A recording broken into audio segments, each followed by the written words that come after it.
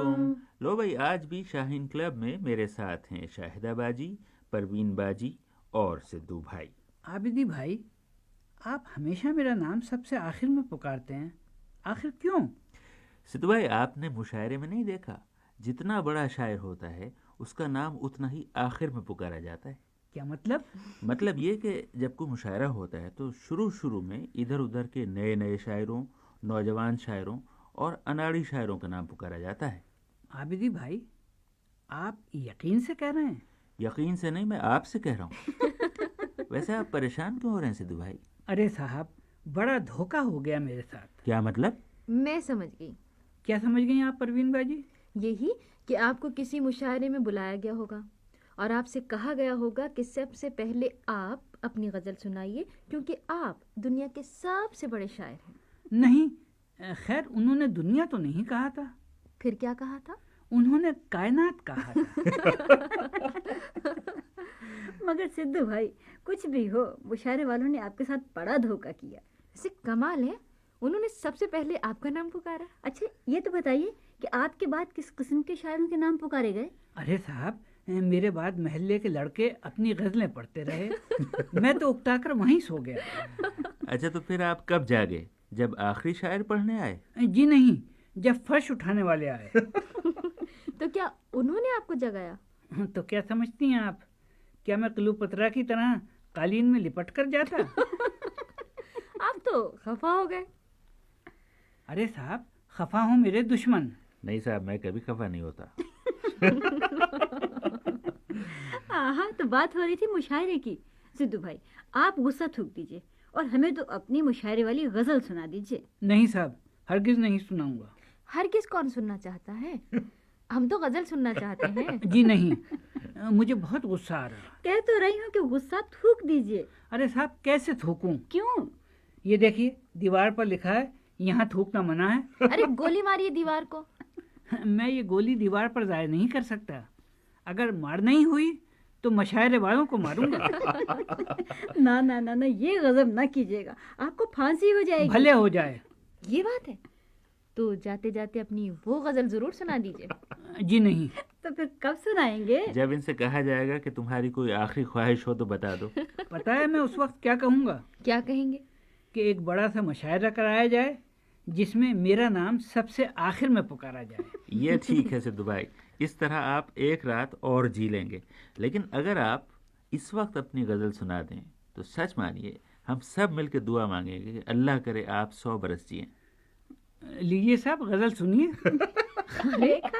آپ تو جھٹ تیار ہو گئے۔ ارے صاحب، اگر دیر ہو گئی تو ڈرتا ہوں کہ آپ لوگ 100 کو گھٹا کر 95 نہ کر دیں۔ سنیے، لڈو لیے ہوئے ہے کہ حلوہ لیے ہوئے۔ نہیں صاحب، گا کر تو نہیں سناؤں گا۔ دیکھیے سدھو بھائی، بغیر ترنم کی غزل پہ تو 95 سال کی دعا مانگی جائے گی۔ ارے صاحب، ٹھیک ٹھیک لگا لیجیے۔ سدھو بھائی پلیز گا کر سنا دیجیے نا، نہیں صاحب، پلیز۔ نہیں صاحب۔ اللہ اللہ میاں، اب انہیں آپ ہی سمجھائیے، میں تو گا کر نہیں سناؤں گا۔ ٹھہریے سدھو بھائی، ٹھہریے، آپ ذرا یہ خط سنیے جو رحیم یار خان سے ہماری چھوٹی سی بہن نصرت جمال نے لکھا ہے۔ محترم جناب سدھو بھائی، آداب۔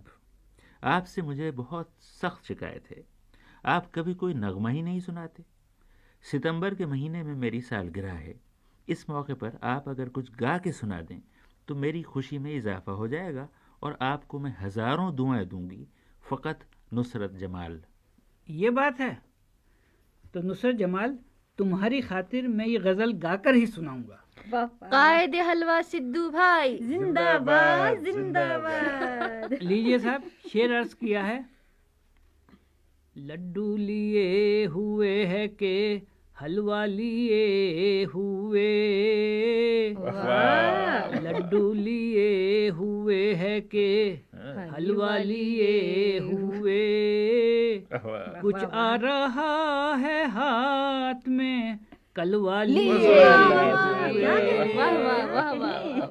کچھ آ رہا ہے ہاتھ میں کلوا لیے ہوئے۔ واہ واہ۔ آئی شب برات بھی آ کر گزر گئی، کیا آئی شب برات بھی آ کر گزر گئی، وہ اب تلک کھڑے ہیں پٹاخہ لیے واہ ہوئے. واہ واہ واہ خیال ہے، واہ واہ واہ واہ. آداب آداب.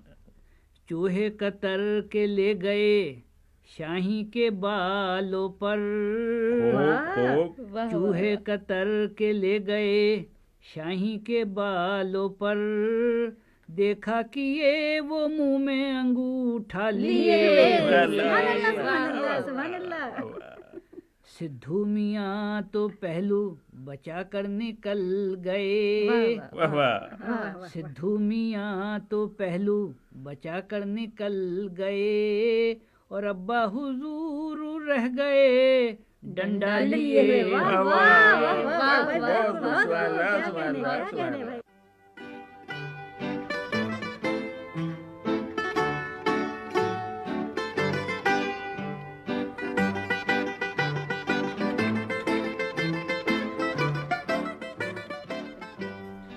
اچھا بھائی، اس موقع پر رحیم یار خاں میں ہماری پیاری سی بہن نصرت جمال کو سالگرہ مبارک. اور اس کے علاوہ سدھو بھائی کے لیے غزل کے یہ شعر لکھ کر بھیجنے پر سادات کالونی ڈرگ روڈ کراچی کے مبین جعفری صاحب کا شکریہ. کچھ دن ہوئے ہم نے اپنے سننے والوں کو فرانس کے سائنسداں لوئی پیسٹر کے بارے میں ایک فیچر سنوایا تھا کہ اس نے انسان کے جسم میں بیماری کے کمزور جراثیم داخل کر کے ٹیکہ لگانے کا طریقہ کس طرح ایجاد کیا اور جن لوگوں کو پاگل کتے کاٹ لیتے ہیں ان کی زندگی کیسے بچائے گی. ہمیں خوشی ہے کہ اس فیچر کو تم سب نے بہت پسند کیا. ہمیں بہت سے خط لکھے اور فرمائش کی کہ ایسے ہی اور فیچر بھی سنوائے جائیں. جب ہم دیکھتے ہیں کہ ہمارے سننے والوں کو معلومات حاصل کرنے کا اور زیادہ سے زیادہ علم بٹورنے کا شوق ہے تو سچ کہتے ہیں کہ ہمیں بہت خوشی ہوتی ہے. آج ہم ایک اور فیچر شروع کر رہے ہیں. اس میں تم چیچک جیسے بھیانک مرض کے بارے میں سنو گے اور یہ بھی سنو گے کہ بچوں کو چیچک سے بچانے کا طریقہ پہل کن لوگوں نے اختیار کیا اور پھر سائنس کی مدد سے اس ٹیکے کو محفوظ بنانے کا کارنامہ کس نے انجام دیا. لو سنو.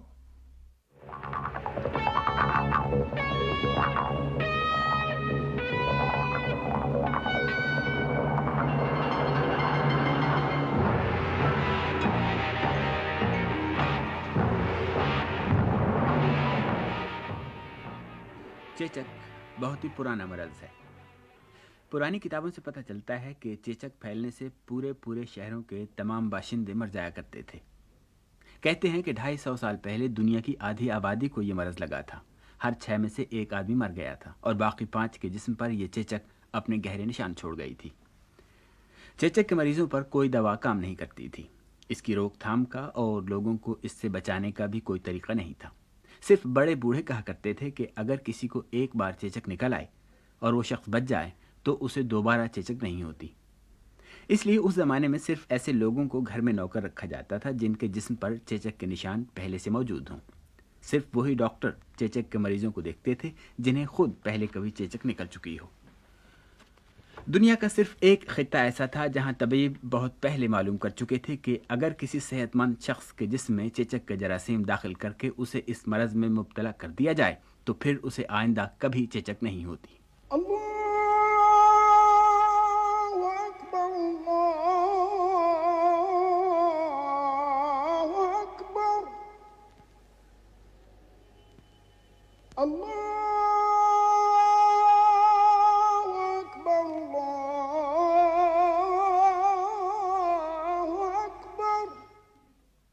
عربوں کو بخوبی اندازہ تھا کہ صحت مند بچوں کو جان بوجھ کر چیچک میں مبتلا کر دیا جائے تو وہ اس مرض سے محفوظ رہتے ہیں. ان سے یہ اصول ترکوں نے بھی سیکھا اور وہیں پہل استنبول میں برطانوی سفیر کی بیوی لیڈی میری نے دیکھا کہ ہر شہر اور ہر محلے میں ایک عجیب و غریب رسم ہوتی ہے. ہر سال ستمبر میں یعنی گرمیوں کے بعد محلے کے بچے کسی ایک جگہ جمع کیے جاتے تھے. ان بچوں کے ماں باپ بھی موجود ہوتے تھے. پھر ایک بوڑھی خاتون آتی تھی. ان کے پاس ایک پیالہ ہوتا تھا جس میں کوئی مادہ بھرا ہوتا تھا. یہ دراصل چیچک کے مریضوں کے چھالوں سے نکلنے والا پانی ہوتا تھا جسے اس پیالے میں جمع کر لیا جاتا تھا. اب یہ خاتون ایک ایک بچے کے بازو یا ٹانگ پر خراش ڈالتی تھی اور اس چھوٹے سے زخم پر اسی مادے کا ایک ایک قطرہ ٹپکا دیتی تھی. اس کے بعد زخم کے اوپر سمندر کی سیپ رکھ کر پٹی باندھی جاتی تھی. پورے 8 دن بعد بچوں کی طبیعت کچھ خراب ہوتی تھی، ان کے چہرے اور جسم پر چھوٹے چھوٹے دانے نمودار ہوتے تھے۔ اس وقت بچوں کو ان کے بستروں میں لٹا دیا جاتا تھا۔ 2 یا 3 دن بعد بچے بالکل ٹھیک ہو جاتے تھے۔ لیڈی میری استنبول کے ایک محلے میں خود یہ تقریب دیکھنے گئیں اور دنگ رہ گئیں۔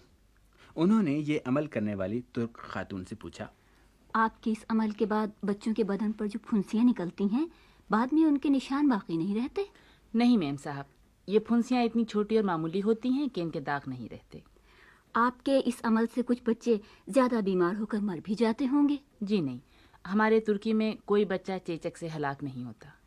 کیا اگلی مرتبہ آپ میرے کمسن بیٹے کو اسی قسم کا ٹیکہ لگا دیں گی؟ کیوں نہیں، ضرور لگاؤں گی۔ آئندہ تقریب میں برطانوی سفیر کے بیٹے کے بازو پر خراش ڈال کر چیچک کا ویسا ہی ٹیکہ لگایا گیا جو کامیاب رہا۔ کچھ عرصے بعد لیڈی میری واپس انگلستان آئیں تو یہاں چیچک کی بھیانک وبا پھیلی ہوئی تھی۔ لیڈی میری پرنسس آف ویلز سے ملاقات کرنے گئیں تو انہیں بتایا کہ ترک مسلمان اپنے بچوں کو چیچک سے بچانے کے لیے کیا کرتے ہیں، اور ساتھ ہی لیڈی میری نے شہزادی کو ایک مشورہ بھی دیا۔ شہزادی، آپ کی دونوں بیٹیاں بھی کمسن ہیں، میری مانیے تو ان کو بھی چیچک کے ٹیکے لگوا دیجیے۔ خدا نے چاہا تو یہ ہمیشہ چیچک سے محفوظ رہیں گی اور لمبی عمریں پائیں گی۔ لیڈی میری، کیا آپ کا مطلب یہ ہے کہ شاہی خاندان کی لڑکیوں کے بدن پر خراش ڈال کر اس پر چیچک کے پھوڑوں سے رسنے والا پانی ٹپکایا جائے؟ اسی میں ان کی بقا ہے۔ مگر ہمیں نامنظور ہے۔ کیا آپ کو اپنی بچیوں کی جان پیاری نہیں؟ خود اپنی جان سے بھی زیادہ پیاری ہے، لیکن ہمارا دماغ نہیں چلا ہے کہ بیٹھے بٹھائے مصیبت مول لیں اور ان کی جان بلا وجہ خطرے میں ڈالیں۔ انہیں اگر اب چیچک نہیں نکلی تو آپ کے ٹیکے کے بعد ضرور نکل آئے گی۔ نہیں لیڈی میری، ہمیں ایسے علاج پر ذرا سا بھی بھروسہ نہیں۔ آپ میرے بیٹے کو دیکھیے، ماشاء اللہ بالکل صحت مند ہے اور مجھے یقین ہے کہ یہ چیچک سے ہمیشہ محفوظ رہے گا۔ حیرت ہے کہ اس کے باوجود آپ کو اطمینان نہیں۔ دیکھیے، میں آپ سے دوبارہ التجا کر رہی ہوں کہ اپنی بچیوں کو ٹیکہ ضرور لگوا دیجیے۔ اچھا، تو ایک صورت ہو سکتی ہے، نیو گیٹ کی جیل کے قیدیوں پر اس کا تجربہ کر کے دیکھا جائے۔ اول تو ہمیں یقین ہے کہ وہ مر جائیں گے، لیکن اگر وہ ٹیکہ لگنے کے باوجود زندہ رہ گئے تو ہم انہیں رہا کر دیں گے۔ پرنسس آف ویلز کی یہ تجویز اگرچہ بہت بے رحمانہ تھی، مگر لیڈی میری کو اپنی بات پر پورا اعتماد تھا۔ لہٰذا شہزادی کے حکم پر قیدیوں کو دعوت دی گئی کہ جو قیدی رضاکارانہ طور پر چیچک کے ٹیکے لگوائیں گے، اگر وہ بچ گئے تو انہیں رہائی دے دی جائے گی۔ 6 قیدی ٹیکے لگوانے کے لیے تیار ہو گئے۔ ان سب پر چیچک کا معمولی سا حملہ ہوا، جس کے بعد وہ بھلے چنگے ہو گئے، مگر شہزادی مطمئن نہیں ہوئی۔ انہیں اب بھی اندیشہ تھا کہ ٹیکہ لگنے سے ان کی دونوں بیٹیاں مر سکتی ہیں۔ اس بار شہزادی نے کہا کہ یتیم خانے کے بچوں پر یہ ٹیکہ آزما کر دیکھا جائے۔ شہر کے 7 یتیم بچوں کے بازوؤں پر خراش ڈال کر ان کے جسم میں بھی چیچک کے جراثیم داخل کیے گئے۔ 7 بچے صحت یاب ہو گئے۔ اس پر شاہی طبیب نے پرنسس آف ویلز کی دونوں کمسن شہزادیوں کو اپنے ہاتھ سے چیچک کے ٹیکے لگائے۔ خوش قسمتی سے ان تمام تجربوں میں چیچک کے جو جراثیم استعمال کیے گئے وہ یقینی طور پر یا تو ایسے مریضوں سے لیے گئے ہوں گے جو بیماری جھیلنے کے بعد رفتہ رفتہ صحت یاب ہو رہے ہوں، یا پھر ایسے مریضوں سے جن پر چیچک کا ہلکا سا حملہ ہوا ہو، کیونکہ اس کے بعد جب ڈاکٹروں نے عام طور پر ٹیکے لگانا شروع کیے تو بعض لوگ شدید مرض میں مبتلا ہو کر مر گئے۔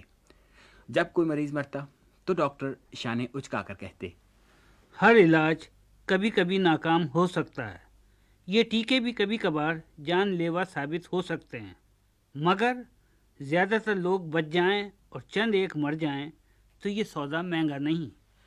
مگر اس وقت لندن سے بہت دور انگلستان کے ایک گاؤں میں دیہاتیوں کا علاج کرنے والا ایک نوجوان ڈاکٹر کچھ اور ہی سوچ رہا تھا۔ واہ، یہ بھی بھلا کوئی بات ہوئی۔ وہ علاج ہی کیا جس میں جان جانے کا خطرہ موجود ہو۔ اس کا مطلب تو یہ ہے کہ علاج کا طریقہ مکمل اور درست نہیں، اس میں کہیں نہ کہیں کوئی خرابی ضرور موجود ہے۔ اگر کہیں وہ خرابی دور ہو جائے اور چیچک سے بچنے کا ٹھیک طریقہ دریافت ہو جائے تو انسان کو کتنا چین نصیب ہوگا۔ مائیں اطمینان کی سانس لیں گی اور وہ سامنے باغ میں کھیلتے ہوئے بچے زندہ رہیں گے اور بڑے بھی ہوں گے۔ کاش وہ دن آ جائے۔ چھوٹے سے گاؤں میں رہنے والے اس دیہاتی ڈاکٹر کا نام تھا ایڈورڈ جینر۔ وہی ایڈورڈ جینر جس کے ہاتھوں انسان کی تاریخ میں ایک درخشاں دور کا آغاز ہونے والا تھا۔ جس کی ذہانت، ہمت، محنت اور اٹل ارادے کے باعث انسان چیچک جیسی بھیانک وبا سے نجات پانے والا تھا۔ وہی چیچک کہ جس شہر میں داخل ہوتی تھی وہ شہر ویران ہو جاتی تھی، جس گھر میں قدم رکھتی تھی وہ گھر اجڑ جاتے تھے، اور جس گود میں پہنچ جاتی تھی وہ گود خالی ہو جاتی تھی۔ اور اس طرح یہ خونخوار مرض اپنے پیچھے تباہی، بربادی، ویرانی، چیخ و پکار اور آنسوؤں کی ایک ہولناک لکیر کھینچتا چلا جاتا تھا۔ ایڈورڈ جینر جو ابھی نوجوان تھا، تباہی اور بربادی کے ایسے بہت سے منظر دیکھ چکا تھا اور بے بس بیچاری ماؤں کی چیخیں سن چکا تھا۔ اس روز اس نے لندن کے ڈاکٹروں کی یہ بات سنی کہ ٹیکہ لگنے سے کچھ لوگ بچیں گے لیکن کچھ ضرور مریں گے، تو وہ گہری سوچ میں ڈوب گیا اور لباس تبدیل کیے بغیر یوں ہی جوتے پہنے پہنے سو گیا۔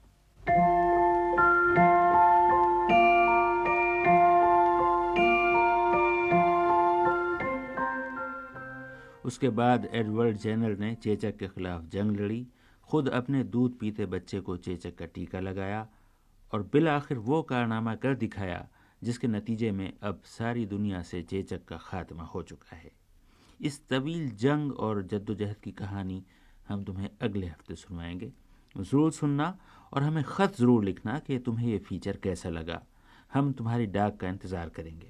ارے صاحب، اس ڈاک پر یاد آیا کہ دیکھیں آپ میں سے کون بتاتا ہے کہ دنیا میں ہوائی ڈاک سب سے پہلے کہاں اور کب بھیجی گئی؟ واہ، یہ کیا مشکل ہے؟ تو سنیے کہ سب سے پہلے ہوائی ڈاک ہندوستان میں بھیجی گئی تھی۔ سرکاری طور پر ڈاک لے کر سب سے پہلا ہوائی جہاز 18 فروری 1911 کو الہ آباد سے اڑا تھا۔ ان دنوں الہ آباد میں یو پی کی تاریخی نمائش لگی تھی۔ یہ دوہرے بازوؤں والا ہوائی جہاز تھا جسے ہنری بیکٹ اڑا رہے تھے۔ اس ہوائی جہاز میں 6000 لفافے اور پوسٹ کارڈ بھرے ہوئے تھے جنہیں اس نے 5 میل دور نینی جنکشن پہنچایا۔ وہاں سے یہ ڈاک ریل کے ذریعے آگے بھیجی گئی۔ اس واقعے کو اب 72 سال گزر چکے ہیں۔ اچھا، یہ تو ہو گیا۔ کوئی یہ بھی بتا سکتا ہے کہ ہوائی لفافہ یا ایروگرام سب سے پہلے کس ملک میں رائج ہوا تھا؟ عراق میں۔ سب سے پہلا ایروگرام تقریباً 50 سال پہلے 15 جولائی سن 1933 کو عراق میں جاری ہوا تھا۔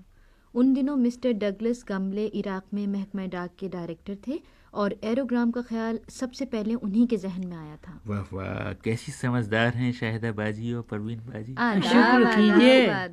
سنی نہیں، کوئی نہیں سن رہا آپ کی بات۔ جی کہیے۔ شکر کیجیے کہ ٹیلی ویژن نہ ہوا، ورنہ ساری پول کھل جاتی۔ احتجاج۔ اچھا بھائی، خدا نے چاہا تو اگلے ہفتے کچھ اور مزے مزے کی باتیں ہوں گی۔ اب ہمیں اجازت دو۔ خدا حافظ۔